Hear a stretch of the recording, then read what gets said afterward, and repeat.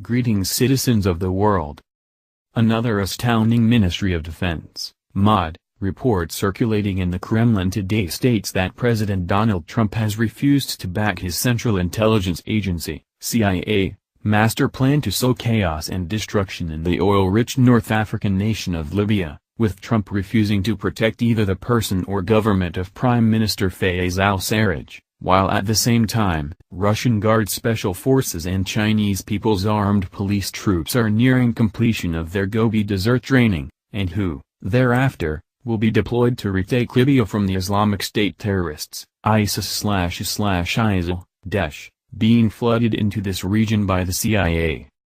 According to this report, at the exact same time the General Staff was able to declare that Syria has now been liberated from all ISIS terrorist forces, the United States announced that they had quadrupled their military forces there to 2,000, which they claimed was for the purpose of stabilizing liberated areas but have no right to do as they are violating international law for their even being there.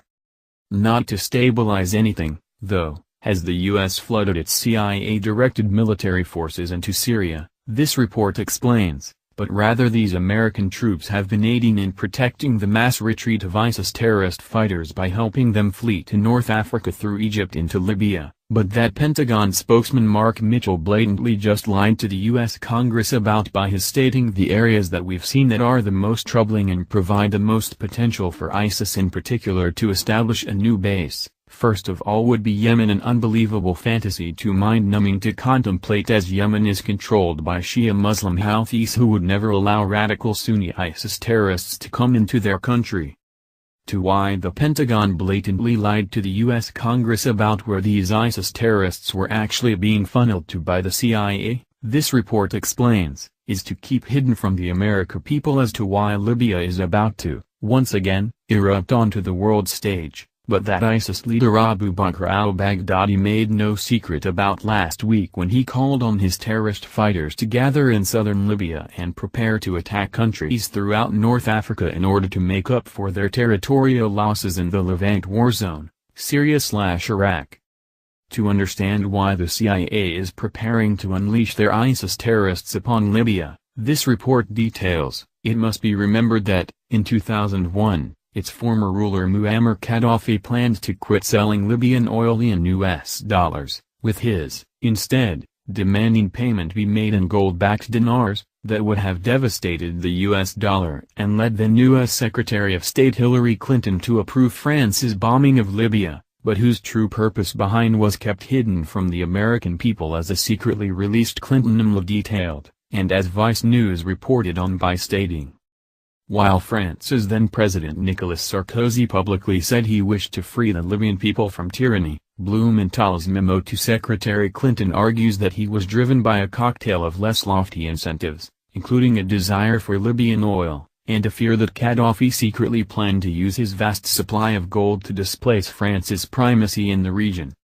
In joining the French plot to destroy Libya before Muammar Gaddafi could establish his gold dinar, this report continues, Hillary Clinton enlisted the CIA to aid her in this vile scheme to destroy a nation that posed no threat whatsoever to the U.S. and who had on their payroll the former Libyan General Khalifa Haftar, who was an American citizen, and showed up out of nowhere in Libya, in 2011, with a lot of money in his pockets, and proceeded to destroy the entire country.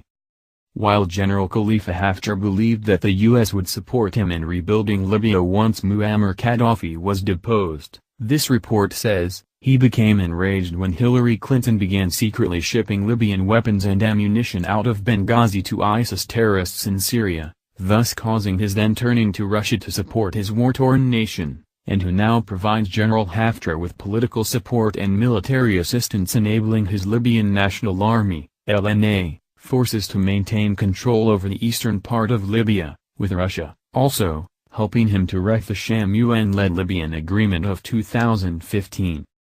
Opposing General Khalifa Haftar in the rebuilding of Libya, this report continues, is the Obama-Clinton regime puppet, and so-called Prime Minister, Fayez al-Sarraj, who, and against the will of the Libyan people, was installed into his position by the UN, in 2015, but who presides over nothing and has allowed the CIA to flood Libya with ISIS terrorists. Unlike in Syria and Iraq, though, where neither Russia nor China could initially comprehend the U.S. actually creating and funding the most barbaric Islamic terrorists the world has ever seen, this report notes, this time around will not be the same as the CIA's use of their ISIS terrorists is well known, and is why the Admiral Kuznetsov aircraft carrier sailed upon the Libyan coast this past January, and that when war comes, will be used to defend the eastern Libyan coastal town of Tobruk where China is constructing that country's largest deepwater port, an airport, a railway running south along the Egyptian border to Sudan, 10,000 homes, a 300-bed hospital and a university.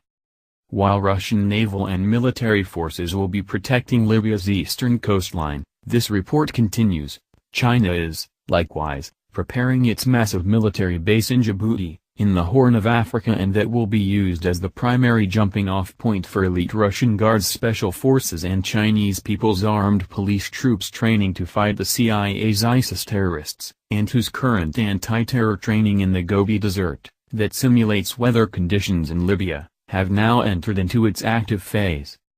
With President Trump now refusing to protect either the Obama-Clinton CIA sham UN-installed government of Libya, or its equally sham prime minister, this report concludes, the American deep state has erupted into what can only be described as crazed madness, and as evidenced by the U.S. mainstream propaganda media now claiming Trump is suffering from diminished mental capacity because he took a sip of water during a speech he was delivering, and former President Barack Obama now comparing Trump to Adolf Hitler and his saying that America today is like 1930s Nazi Germany, but that mod intelligence analysts state there is no proof of as no concentration camps to house Jewish prisoners in, or gas chambers to incinerate tens of millions of innocent Jewish men, women and children exist in the U.S. and they're noting that if Trump is like Hitler, he has a strange way of showing it as the entire Jewish nation of Israel is now cheering him for recognizing their capital of Jerusalem.